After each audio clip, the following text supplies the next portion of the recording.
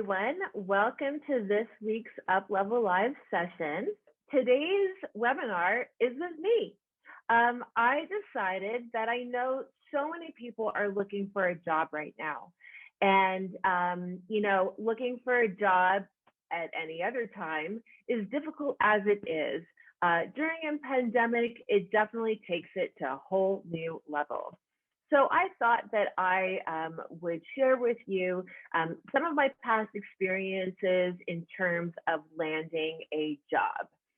So just to let you know a little bit more about me. So I've had about 15 years experience specializing in operations, integrated marketing strategies, and strategic partnerships. I've worked with startups, medium businesses, large corporations as well. I've also been really active in several tech communities, wherever I've lived, particularly Los Angeles, São Paulo, Brazil, and now Salt Lake City, where I call home. I've also been in the women's advocacy space for over a decade. So I was one of the first executive directors for Girls in Tech. I also started my own women-focused platform when I lived in Brazil. It was the first of its kind, and I highlighted key female executives and entrepreneurs from São Paulo's growing startup community. And then when we moved to Salt Lake City in 2014, I was one of the first executive committee members for Womenpreneurs. And during my time when I was director of the Impact Hub, so one of Salt Lake City's first co-working spaces, I produced Women's Week, where we featured prominent women from across the Salt Lake Valley in business, tech, politics, and entrepreneurship. I've also been featured in CNN, the Huffington Post, KSL, LAist, LA Weekly, to name a few, talking about the lack of female representation in many areas of business and life, but also discussing personal topics such as my 12-year struggle with infertility. In my spare time, you can usually find me in a gym somewhere or camping in the Intermountain West and hanging out with my furry daughter, Asia, and my awesome husband, Todd. So without further ado, I am going to share my screen and pull up my presentation. Okay. So how do you land a job the old-fashioned way? Okay. And I mean old-fashioned because sometimes you have to get off the online world in order to stand out of the crowd. And so just to give you a little bit more background with my career.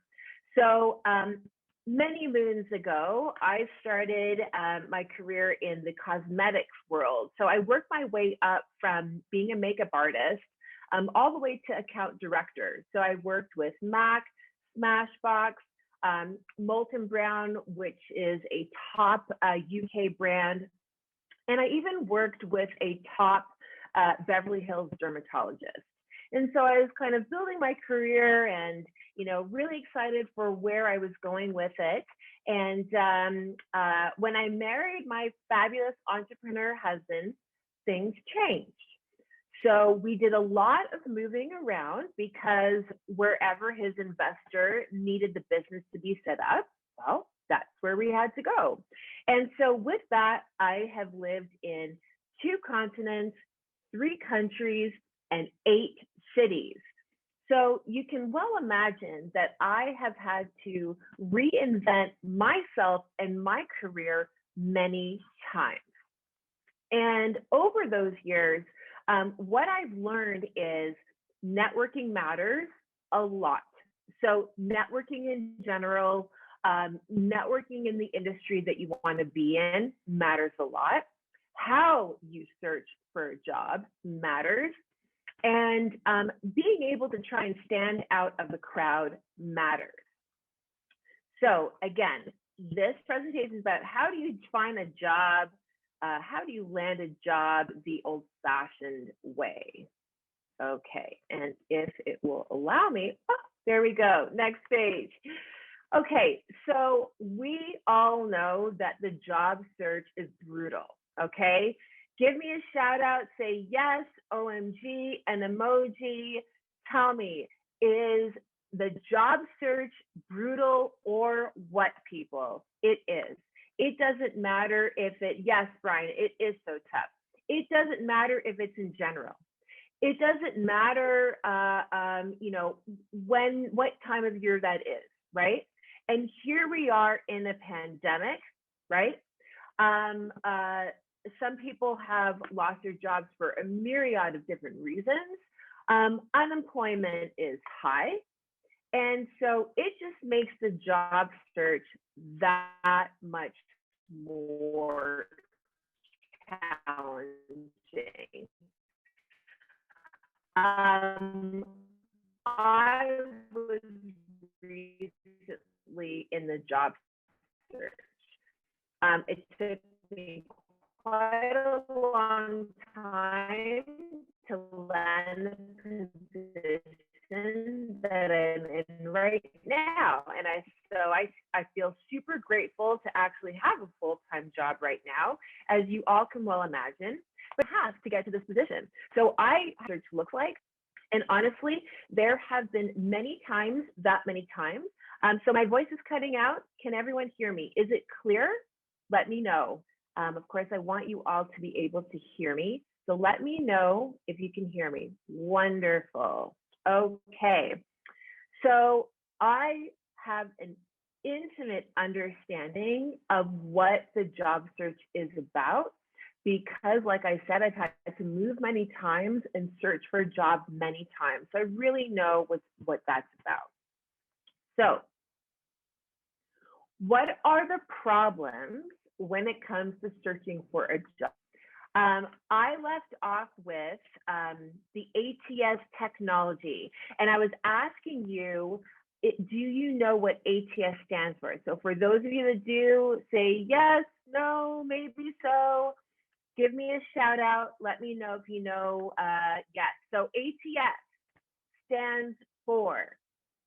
Yes, Brian says ATS is where resumes go to die. Yes, they do. And I'm going to tell you my story. So ATS stands for Applicant Tracking System. A lot of recruiters and HR departments use them now to source resumes. Because it is technology, they tend to just look at keywords in your resume to see if you are the right fit for that particular job. And so how can you be a right fit for a job if some technology is only looking for keywords on your resume, right? And so I'm going to tell you a super quick story. I actually applied for a job. I applied for it online, and I am not kidding, folks. Within 1 minute, I got an email saying, thank you for applying, but you're not right for this job. Yes, that is what happens with ATS systems. It is absolutely ridiculous. And so ATS technology is not my favorite. Job sites can be draining, right? Just the search of going through, whether it's Indeed, Simply Hired, LinkedIn. I will say that I probably do enjoy LinkedIn over and above other job sites. But just the mere search of searching on any of those job sites is really challenging. And finally, HR departments are overwhelmed. They are really, really overwhelmed. And honestly, sometimes they might not even get to your resume. So those for me are some of the key issues with the job search. Okay, so the question is, how do you stand out? Like I said from the beginning, I want you to get off the online world, and this is how you're going to do it. Grab your pens and papers, but know that this presentation will be on our site, so you can always reference this presentation when we do get it on our site. But grab your pens and papers, and here we go. Step 1, you are going to choose your top 10. I would say your top 10 companies that you ultimately want to work for, okay? Make that list and be really clear on that top 10 list. And be really clear in terms of what is the key position that you're looking for in reference to that company. So make a really solid top 10 list. Choose, your favorite companies that you're following. Maybe someone there that can do a warm intro. And just start to also make your list of, who's the hiring manager, who's the recruiter. Try and find out as much information as you can.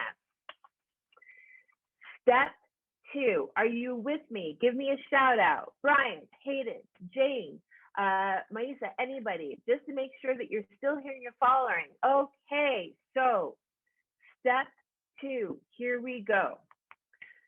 For step 2, it says apply, mail, and or drop off. Before you do any of that, you are going to make copies of your resume. So based on your top 10, because I know that depending upon the job that you're going for, you have to craft your resume specific to that job. So make sure that you make physical copies of your resume and cover letter. Buy letter size envelopes. I prefer them in white. And buy stationery. So really simple but beautiful thank you cards. Before you even apply online, if you live nearby the company, you are going to drop off your package. So your package is going to be your resume, your cover letter, and even like a little note card. So not a thank you card, but a note card, right? Handwritten, directing it to the hiring manager, recruiter. If you can find out that information, drop it off in person. If you live too far away to drop it off in person, you are going to mail it. So you're going to mail it just with the same thing. Resume, cover letter, little thank you note, okay? Once you've done that, then you apply online, okay? Because that way, when you apply online, then that person is going to get that package, right? And then now you're starting to show up in a couple of different places, right? So that you're not in the online abyss of all the other applicants. Now you're starting to stand out of the crowd, okay? And so again, based on the position, craft your resume and cover letter accordingly. If you live close by, drop off your package. If you don't, mail it. And then, like I said, you are going to apply online. When you apply online, you are going to also make sure that you know, if you can find out who the recruiter and the hiring manager is, and if you can maybe get their contact information. I would say skip connecting with them, as in sending them a message on LinkedIn, because a lot of people are getting LinkedIn messages right now, and I just think that they're really overwhelmed and they're not going to check it. But sometimes you can actually get the email off of the person's contact on LinkedIn. So you've got the person's headshot, you've got their background image, and in the information, name, title, and whatnot, sometimes you can click the button that says, contact info.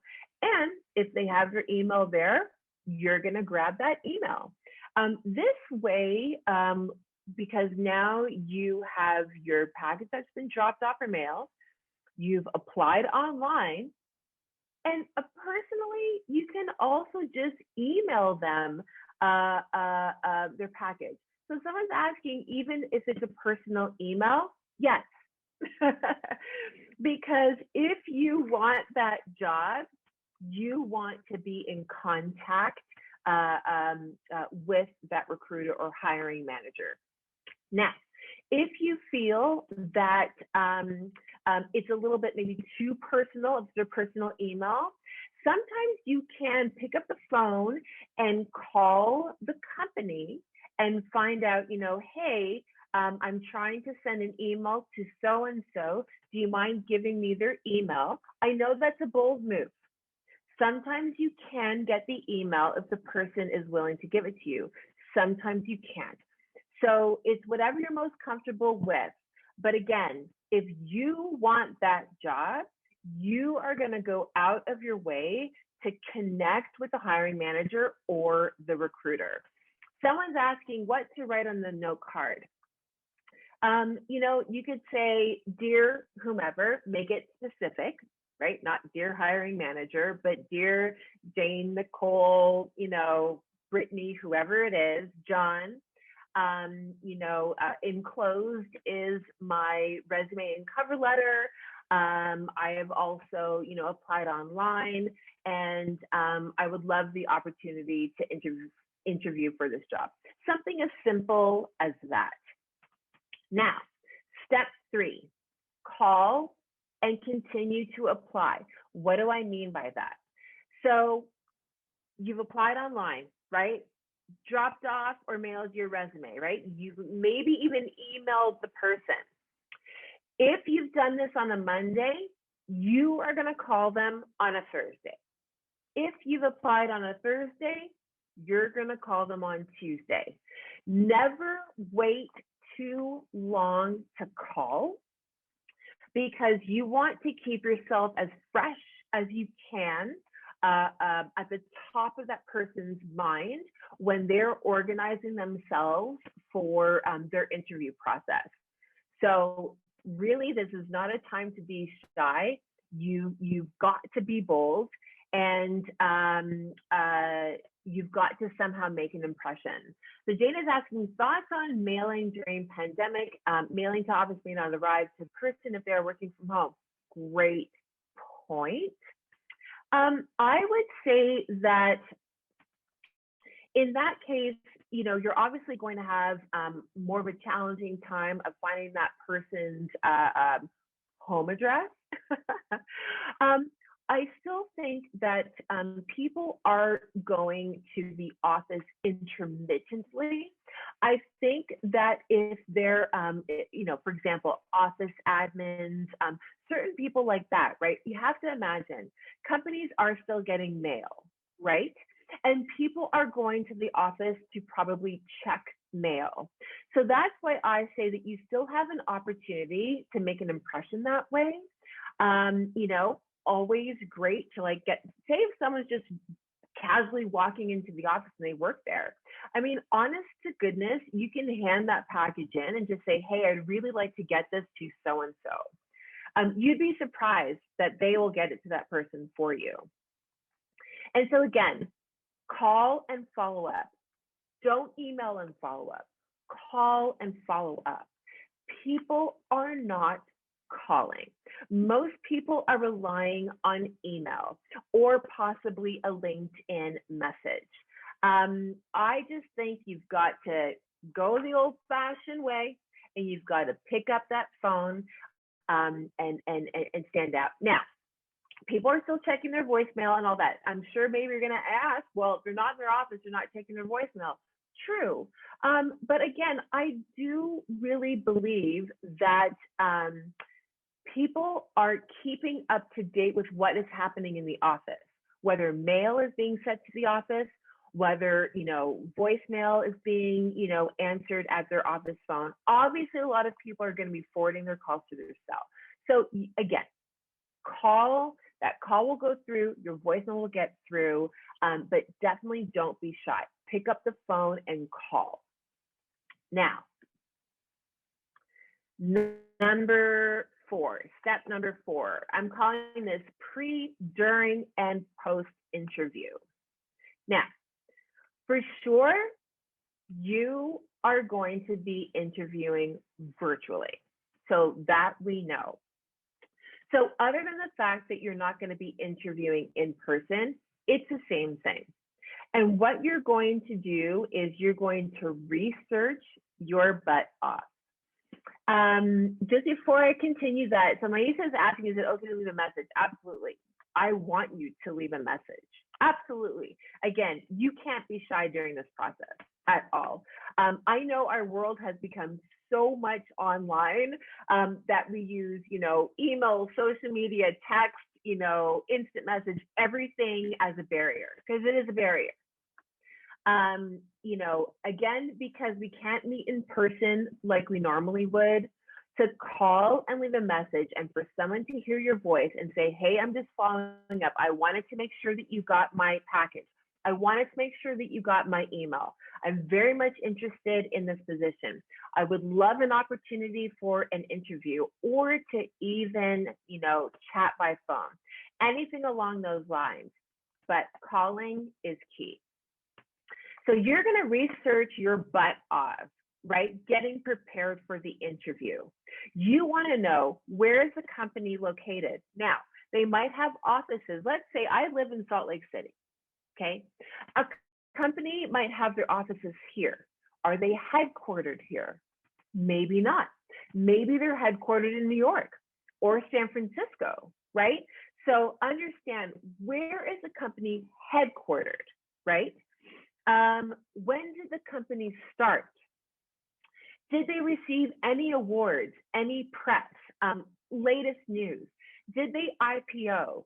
Did they merge? Did they acquire another company? You want to find out as much information as possible about the company, okay? Now, beyond that, when you are finding information out about the recruiter, the hiring manager, right? Where are they from? Because maybe they moved. Maybe they're originally from another place. Sometimes you can find that out, if you do some internet stalking, because that's what research is called right now. So there's researching and there's stalking, but you want to find out, where did they go to school? That might give you some insight in terms of where they're originally from, right? So where do they attend school, college, or university? How long have they been at the company? Did they work their way up? You just want to find out a lot of that information. And if you're good at sleuthing, you might even want to go to their Instagram or, their Facebook. They're probably going to be doing that with you. Maybe you want to find out, are they married? Are they not? You want to find out as much information as possible, both about the company and about the person that you are going to be interviewing with. Now, during the interview. So here I am, right? This is virtual, you want to make sure that you present yourself well, that you look professional, just as you would in person. Now, of course, you can probably get away with casual on the bottom and professional on top, as many of us are doing right now. But also, in your background, right, you want to just try and make your setup as professional as possible, okay? And with that, with all the research that you've done, make sure that you've got your notes ready. You can use cards like I'm using. It's kind of old school, but as you can tell, I like my old-fashioned ways. You can use your phone too. Whatever you feel is most comfortable for you, okay? And with that, so not only do you want to have your notes ready to reference, but you also want to make sure that you have at least 3 questions ready. I say 3, it could be 4, it could be 5, definitely not less than 3. And of course, you're going to maybe use some of like the standard questions, right? Like, what are you looking for, in this role? Or if maybe someone left this role, what was maybe the issue with the last person? Like, what can I learn from that so that I'm better prepared for this role? So you want to definitely ask maybe 1 or 2 standard kind of questions, but I would encourage you to also ask a couple of different questions, unique questions, such as, I noticed that, you went to school in such and such, city. So are you originally from there? When did you move? What do you love about living here? What do you love most about the company? What's a typical day off for you? Where do you see the company in 5 or 10 years? Questions like that are just a little bit more unique and interesting. And even other questions. Say if they did IPO. Say if they just recently merged or acquired a company. You could even ask a question about that.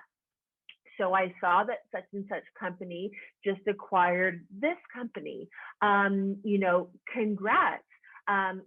What does that look like going forward with the company? What changes do you see, right?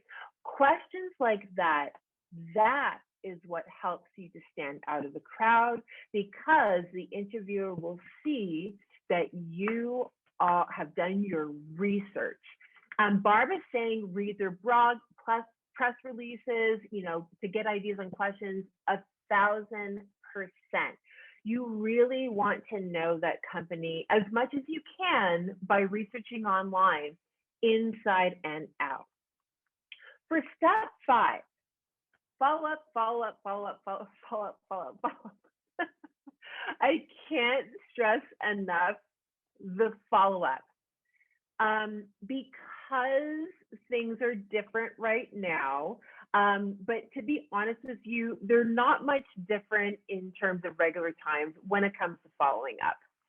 And when I mean follow up, I want you to follow up by email, I want you to follow up by mail, and I want you to follow up by phone. Email, mail, and phone. Why?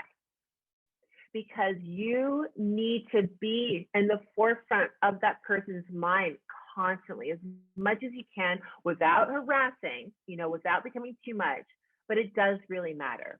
So you've just had an amazing interview. Great. First thing you're going to do is obviously send that follow-up email. Thank you for your time. It's great to meet you, all that good standard stuff. But this is also where you break out your thank you cards and you hand write a simple thank you note. And I know some of you are going to say, oh, my handwriting, sucks, or whatever that looks like. It's okay. It doesn't matter. It's really about the thoughtfulness behind sending that thank you note. Maisa is asking, how do we do that if a job came through an agency or recruiter? Okay, great question. I would say this. If you can, maybe what you want to do is send the thank you note to that recruiter, like from that recruitment firm, and say that if they could forward on that thank you note for you, I think that would be your best bet. I would imagine that they would be happy to do it. Because why wouldn't they? I think the recruiter, even from that agency, would love the fact that you've gone out of your way to do that. So ask the recruiter, say, hey, I have a thank you note for the hiring manager. Can I send it to you? Are you comfortable with me sending it to them? But again, don't be shy. Make sure that you do want to get that thank you note out there. So your first thing is email, your next thing is that thank you card. And then you're going to wait maybe 3-4 days max, and you're going to pick up the phone and you're going to call, right? Now, depending upon what they told you, let's say they said, hey, we're doing our first round of interviews, we're doing our second round of interviews next week. Sometimes you hear that. Still follow up. Because you could even say, hey, how are the interviews going? Were you able to do your next round of interviews? Would love to know where I, land in that. So again, you just want to keep yourself top of mind for that recruiter or for the hiring manager. So follow up is key. Now, step 6. is repeat steps 4 and 5. Because if you're going into second, third, fourth rounds of interviews, I've even heard some friends of mine that have done fifth and sixth rounds of interviews. Unfortunately, I think depending upon the role that you are going for, the higher up the role, the more people that you need to meet. And, unfortunately, but you do have to do the same preparation for every single interview. Now, the good part is if you're doing second, third rounds, you already know about the company. You want to make sure that you are still keeping up to date with the news coming out with that company. So you want to just make sure that you're keeping current with that. But the most important part is that you're doing the necessary research for who you are going to be meeting with, right? So that is just as important for your first interview as it is for your last interview. Now, so what about your personal brand? Well, I want you to clean up your personal brand and be active. What do I mean by that? People are paying attention to who you are, what you're doing with your life on social, unfortunately or fortunately. So with LinkedIn, you want to make sure that you have a solid headshot, right? A nice background image, whatever that is, and that your headline is clear, succinct. If you are in the job search mode, right, and you're not currently employed, you want to do that one line as in that you are, an accomplished professional in whatever space, right? Do your research on LinkedIn. Look at other people's profiles. Yes, people might be seeing you checking out their profile. It doesn't matter. I do it all the time. I'm checking out people's profiles all the time. I'm sure some of my friends are saying, like, why is Robyn checking out my profile like every day? Well, if my friend has a killer profile, I want to take notes. So do your research. What are other people putting on their profiles on LinkedIn so that they are ready, presentable to the world, that your summary on LinkedIn is up to date, that all of your positions on your LinkedIn profile mirror your resume. I would like to put out there for us more mature professionals, such as myself, I don't think that you want to go past the 10-year mark. So I want your LinkedIn and your resume to have 10 years of experience. And you can always put at the bottom of your resume a summary of experience prior to 2010 available at your request. Unfortunately, I hate to say it, but it's the truth, folks. You don't want to necessarily date or age yourself, and it's fine. People will obviously learn about you, once they are having phone interviews or video interviews with you. I just think for the sake of keeping everything really succinct, you don't want to go past the 10-year mark. So a good decade of experience is always good. You want to make sure that, and this is just my tip, you do what feels comfortable. But I think it's always great to use the same headshot that you have on LinkedIn to put it on your other social media. Again, it just makes it look like this clear, a succinct, consistent picture. So that's just something that that I tend to do. And what do I mean by active? Well, if you are, let's say, I'm just going to throw out Apple, for example, but so let's say you want to work for Apple. You want to be active with, what news are they putting out there? The people that are working there, hiring managers, or even the people in the department that you may or may not be working for, well, what are they posting on LinkedIn? Engage with that, right? Make yourself active with the company or with that industry. What's going on in the industry at large? Post yourself. Maybe you found this awesome article about, current marketing trends. Um, Post that on LinkedIn. Maybe you want to tag that company. Just be active, because when you're active and you're keeping current with news, I just think it's just another great way to make yourself stand out. So don't be passive. Definitely be active. Timing and luck. Yes, I realize that, timing and luck are everything. And I just want to go to the next slide and explain that a little bit. So, timing, what do I mean? Well, obviously, time of year for when you're applying does matter. So, for example, if you're applying maybe like, a couple of days before the holidays, might not be the best time to apply. People are always, looking and sourcing and whatnot. I just want people to be mindful of, what time of year is a holiday coming up, right? So are people taking time off, right? So that's what I'm saying. Time of year matters. You just want to pay attention to those things because you don't want to apply. Then the people that are not paying attention to who's applying, and then you fall off, right? Like the applicants that are coming in. So just pay attention to time of year. Pay attention to time when the job was posted, right?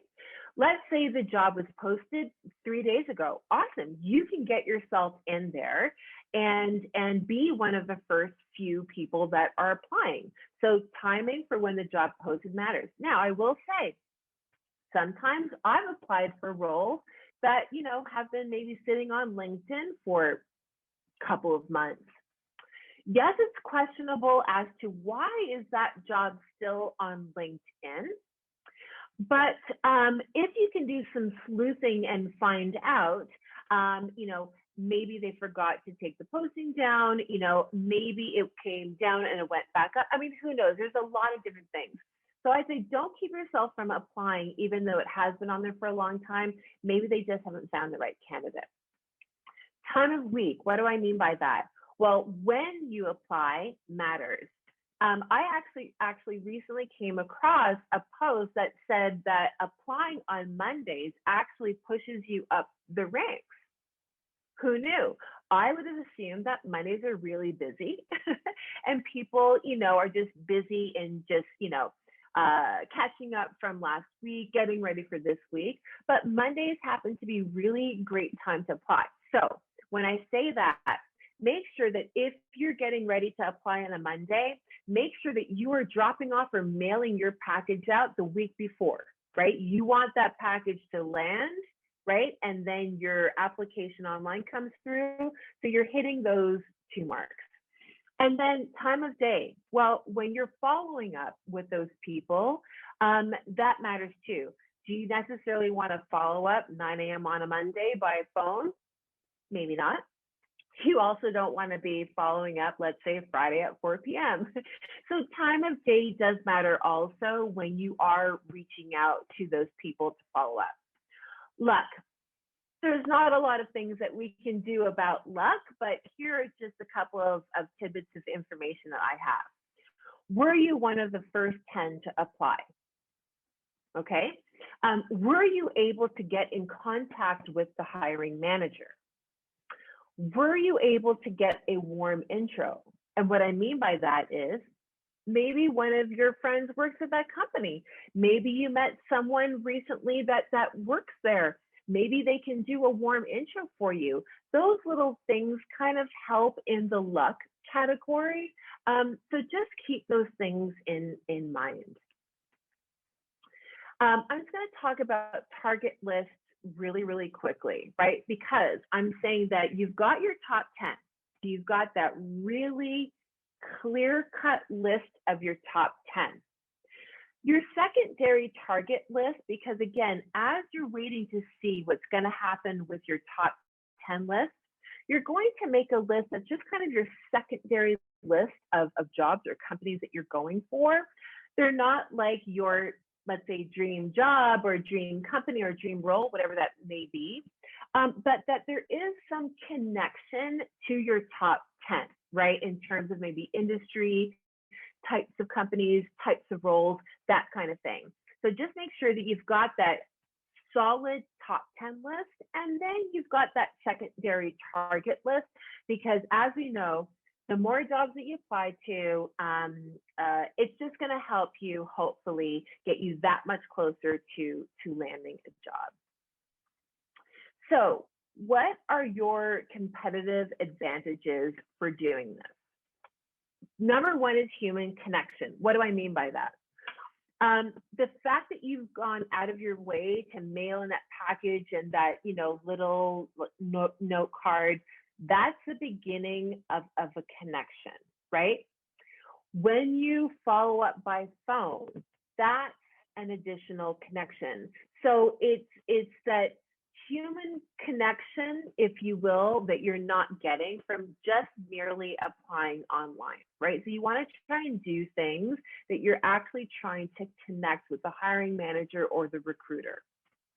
Advantage number two, well, that you're taking time out of your day to send that package, to send a personal thank you note. People are just not doing this, as much anymore. So handwritten notes, I think, are everything. I say it's old fashioned. I actually just think that it just helps you to stand out of the crowd. Advantage number three, building relationships. So there's human connection and there's building relationships. Let's say if you weren't able to necessarily, land a job at like one of your top 10, you want to continue to build that relationship, right? You might want to check in every now and again and just see, are there any other additional job opportunities? You might want to follow them on LinkedIn and just kind of keep up to date. So you want to continue to somehow build that relationship. And finally, your advantage is that you're really showing why you are the one for the job, right? When you do things like this, sending out that package, calling, thank you notes, all that kind of stuff, it is giving people a sense of who you are as an individual, because what's on your resume and cover letter only goes so far in selling yourself for a role. By doing those things, it just shows how proactive you are, how eager you are. I think key transferable skills that you can demonstrate that you can't demonstrate by just merely looking at a resume. So this is your job search roadmap, right? Step number one, choose your top 10. Step number two, apply, mail, and or drop off. Step number three, call but continue to apply. Step number four is your pre-research, right? Get all your ducks in a row for your interviews. During, you want to be professional. You want to have maybe a cute backdrop. You want to, you want to look the exact same as you would in person. And post-interview, sending thank you notes, follow up by email, follow up by call. Number five, follow up. It's like a tongue twister. Follow up in the most diplomatic, non-harassing way. You just want to keep at the top of the mind of the hiring manager or the recruiter for the role. And step 6 is repeat steps 4 and 5. So thank you guys so much. I'm happy to have shared this with you. Again, this is literally what I have been doing for most of my career when I really wanted to get a job. I know it's a lot of work. And I know, trust me, job searching is really exhausting. But if you can do it in such a way that it just becomes a little bit more interesting, you're learning about the company, you're keeping up to date with news. You're learning about your hiring manager. Where are they from? Do they have a family? Like, do they ski? Do they hike? What do they do? Do they exercise? I just think that there is a way to turn the job search into something that's a little bit more fun and interesting and dynamic for you than just the, humdrum of just sitting behind a computer and, searching through any of the job sites. So I'm going to stop sharing my screen. I am going to get to some Q&A. So we had a couple of other questions in the chat that I wanted to get to, as well as we have a couple questions in the Q&A. So in the Q&A, Brian asks, what is the best time to have mutual contacts reach out to the hiring manager to endorse yourself, right? Shortly after applying, or after the first interview? Great question. I would say, if it was me, I would say that you did your package drop off, right? You applied online. I would say that you either want to do it right after that point, right? Because then you're starting to circulate. And then if you can get a warm introduction, let that introduction happen, because that warm introduction could actually get you the interview. That has happened with me a couple of times. So again, you've mailed out your package, right? You've applied online, and then you do the warm introduction, because then now they've got your package, they've got the application, right? And now they have this warm intro. Well, then they're going to be like, okay, let's reach out to so-and-so and line them up for an interview. So that would be my choice. Do the warm intro as a way to possibly get your first interview. I'm just going to go quickly into the chat and read a question there. So Barb asks, what do you suggest if you've gone through 3 rounds of interviews, sent thank you notes, and you're not hearing anything? Well, gosh, it is so frustrating when you don't hear from someone. I am not a big believer of the ghosting recruiter. I just don't think it looks very good for that person, for the company. So if you've had 3 rounds of interviews, and I mean, shoot, when you have 3 rounds of interviews, I mean, you should be that much closer for them giving you an actual, a job offer. So I would say that just follow up, right? You've had that 3rd round of interview, right? You've done the thank you note and whatnot. Call again. The other thing that you can do, and this is really bold, but what you can do is, let's say you're going for maybe a marketing manager role, right? And maybe the hiring manager is not necessarily the highest level of the team. Maybe it could be a director level. If you can find out who might be like the head boss of that team, you might even want to reach out to them and just say, hey, I've had 3 rounds of interviews with so-and-so and so-and-so. I would love to be able to continue the interview process. It is a really bold move, but no one ever, sent a confident person away, right? So you can do that. I have done that. It is bold, but it can get you somewhere.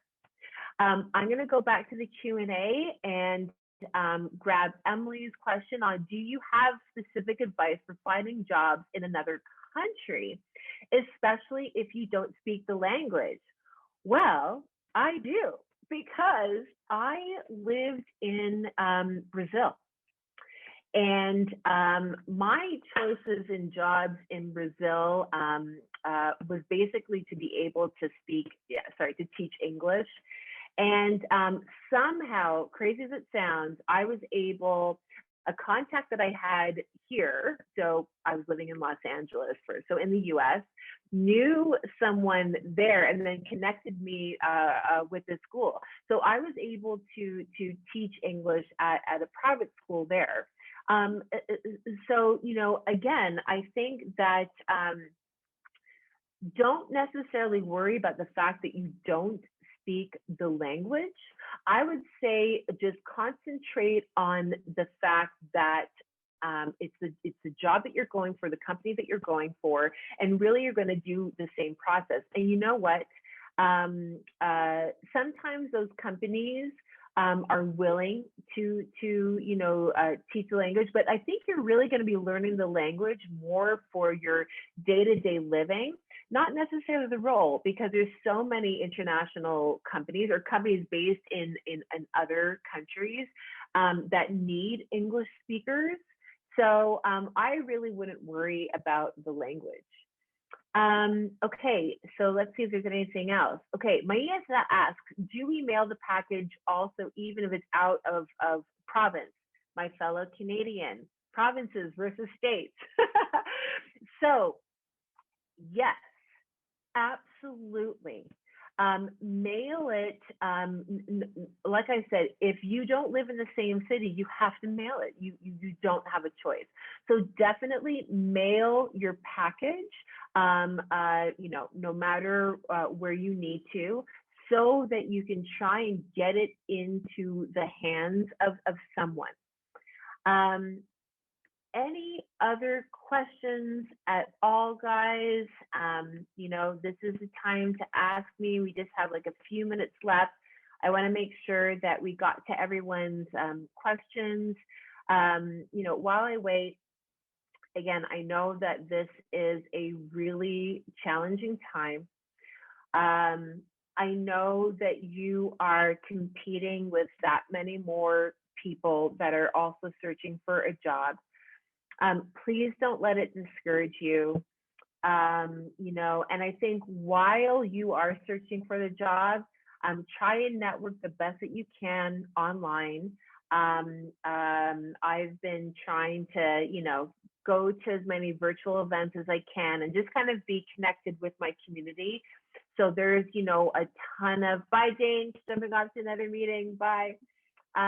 There are, I'm sure, a ton of virtual events, both in your communities, online in general. Just try and keep yourself as active as you can while you look, right? Maybe there's also a chance for you to volunteer. Maybe you can also, work part-time or as a contract worker. So try and find other things that you can do with your time while you are searching for that full-time job. I don't want you to just be only searching for that job, because it is really exhausting, both mentally, and emotionally. So try and make sure that you are active as much as possible. Try and keep a routine too, is big for me. So, during most of this pandemic, I still have gotten up and worked out and meditated and had my breakfast and, walked my dog. And so try and keep yourself as active as possible. Brian says, take an online class or a certification. Absolutely. So again, keep yourself as active as you can. Keep a schedule as much as you can. Get involved with your community. Go and attend virtual events. But I do really passionately believe in keeping things offline while you are searching for a job. I think that there's a way to do it quite successfully that can help you stand out and to land that job. Everybody else, I hope that this session was helpful to you.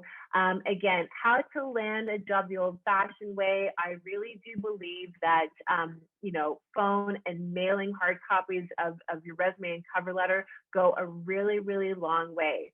Thank you so much for being here. Thank you for giving me your time. And we will see you at our next session next week. Next week is going to be with Marcus Whitney. It's going to be focused on, starting a business and all that good stuff. So I hope you join us, because no matter, what part of your career that you're in, I feel like every session you can learn something. Have a great rest of your Wednesday. We'll see you next week. Bye now.